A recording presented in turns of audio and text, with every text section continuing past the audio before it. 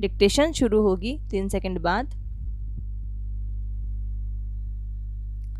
गौरा एक गाय थी जो जया की बहन के घर पली थी और लाड प्यार के कारण वह अन्य बच्चियों से विशिष्ट थी। स्टॉप। वह बहन के घर से ही जया के घर आई थी। स्टॉप। बहन ने उसकी उपयोगिता बताई थी जो जया को उचित लगी। स्टॉप। तभी वे उसे अपने घर ले आई। स्टॉप। गाय के शारीरिक सौंदर्य ने जया को प्रभावित किया। स्टॉप। वह गौर वर्ण की थी। स्टॉप। वह अत्यंत सुंदर एवं चित्ताकर्षक थी। स्टॉप। पैरा। गौरा जब बंगले पर आई तो उसका भव्य स्वागत हुआ, कौमा, उसे माला पहनाई गई, कौमा, टीका लगाया गया, कौमा, आरती उतारी गई और उसे गौरांगिनी या गौरा नाम दिया गया। स्टॉप। उन्हें ऐसा लगा कि गाय भी बहुत प्रसन्न है। स्टॉप। वह प्रियदर्शिनी थी। स्टॉप। उसकी काली बिल्लोरी आंखें तो दृष्टि को बांध लेती थी। स्टॉप। चौड़ा उज्जवल माथा, कौमा, उस पर चौड़ा मुख और सुंदर आंखें दृष्टि को खींच लेती थीं। स्टॉप। उनमें विश्वास का भाव झलकता था। स्टॉप। गाय की आंखों को देखकर ही शायद गांधी ने गाय करुणा की कविता है ऐसा कहा होगा। स्टॉप। कुछ ही समय में वह हम सब में हिल मिल गई। स्टॉप। पशु पक्षी भी उसके पास खेलते रहते। स्टॉप। कोई उसके पेट और पैरों के बीच में खेलता। स्टॉप।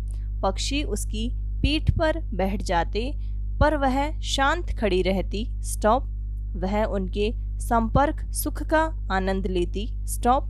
सभी को वह आवाज और पैरों की आहट से पहचान लेती थी। स्टॉप।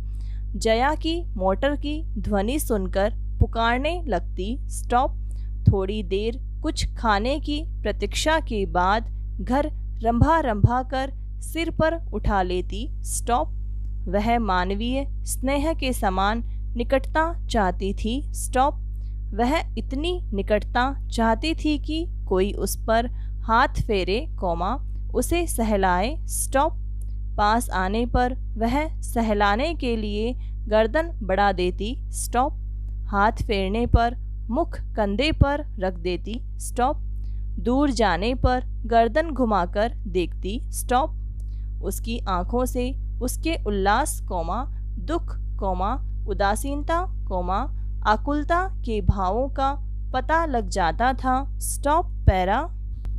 1 वर्ष बाद वह माता बनी और लाल रंग का बछड़े को जन्म दिया। स्टॉप। उसके माथे पर श्वेत पान के आकार का तिलक था और खुरों के ऊपर सफेद वलय थे। स्टॉप। उस वत्स का नाम लालमणि रखा गया जिसे सभी लालू कहकर पुकारते थे। स्टॉप।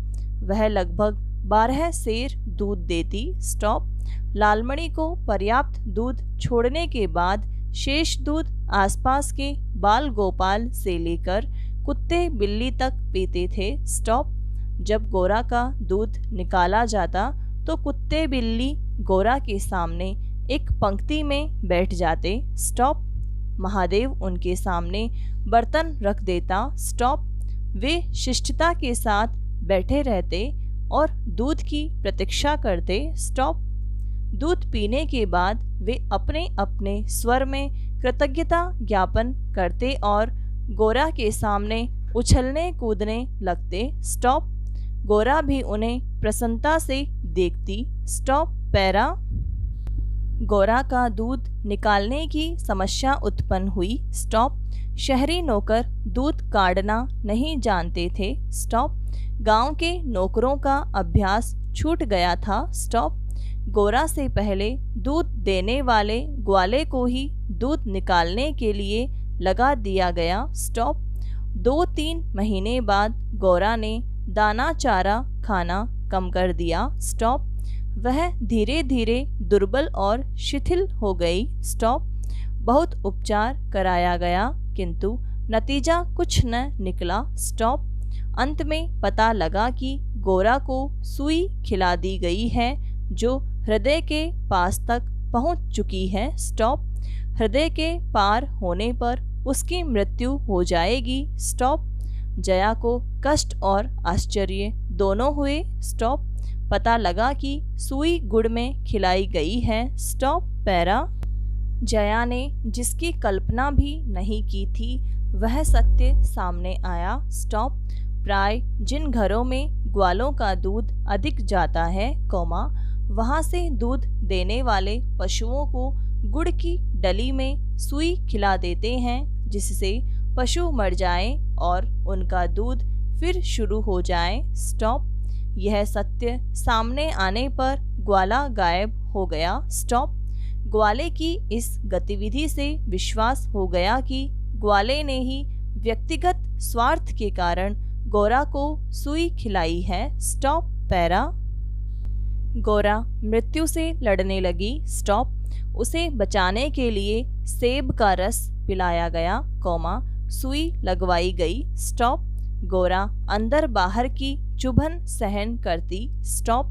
कभी कभी उसकी आंखों में आंसू आ जाते थे। स्टॉप। वह उठ नहीं सकती थी। स्टॉप। पर जया जब उसके पास जाती तो उसकी आंखों से प्रसन्नता झलकती। स्टॉप। वह उनके कंधे पर अपनी गर्दन रख देती। स्टॉप।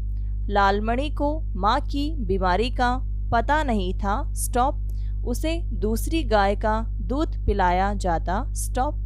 मौका मिलने पर वह माँ के पास जाता और सिर मारकर उसे उठाने का प्रयत्न करता। स्टॉप। ऐसी सुंदर गाय की ऐसी निर्मम मृत्यु होगी, यह सोचकर जया का हृदय भर आता था। स्टॉप। अंत में गौरा की आंखें निष्प्रभ हो चली और सेब का रस भी कंठ के नीचे नहीं जाने लगा तो जया ने उसके अंत का अनुमान लगा लिया। स्टॉप। वे चाहती थीं कि उसके अंत समय में वे गौरा के पास ही रहें। स्टॉप। इसलिए रात में भी वे उसे देखने जाती। स्टॉप। पैरा। एक दिन ब्रह्म मुहूर्त में 4 बजे वे उसके पास गईं, उसने अपना सिर उनके कंधे पर रखा और वह पत्थर जैसा भारी होकर जमीन पर खिसक गया। स्टॉप। उसके प्राण निकल गए। स्टॉप। उसे ले जाते समय जया के मन में करुणा का समुद्र उमड़ पड़ा। स्टॉप। उनके मन में भाव उठा, आह मेरा गोपालक देश। स्टॉप। पैरा। अपनी छोटी सी पुत्री को खेलते देख अपने बचपन की याद आने लगती है। स्टॉप। मैं भावुक होकर अपने बचपन की बातों को याद करने लगती हूँ। स्टॉप। बचपन में मैं किस प्रकार चिंता रहित होकर खेलती, खाती और घूमती थी, वे सभी घटनाएं मेरे मन में छाने लगती हैं। स्टॉप। किलकारी मारकर हंसना, कभी मोती जैसे आंसू टपक आते हुए रोना, मुझे देख देख कर घर के सभी लोगों का प्रसन्न होना आदि बातें उनके नेत्रों के सामने उजागर हो उठी। स्टॉप। कुछ बड़ी होने पर मेरे व्यवहार में बदलाव आने लगा। स्टॉप। मैं लजाने लगी। स्टॉप। मन में एक अपरिचित सा रस उमड़ने लगा। स्टॉप। किंतु बचपन से वह बिछोह उन्हें भारी पड़ा। स्टॉप। फिर जवानी के झंझटों ने घेर लिया। स्टॉप। अब मैं चाहती थी कि मेरा बचपन मुझे फिर मिल जाए। स्टॉप। मेरी यह कामना मेरी पुत्री के रूप में फिर से सफल हो गई। स्टॉप। बेटी की तोतली बातों ने मेरा खोया बचपन वापस लौटा दिया। स्टॉप। मुझे अपने बचपन की मधुर यादें बार बार आती रहती हैं। स्टॉप। मुझे लगता है कि जैसे बचपन के जाने के साथ ही मेरे जीवन की सबसे बड़ी मस्ती भरी प्रसन्नता चली गई। स्टॉप। समाप्त।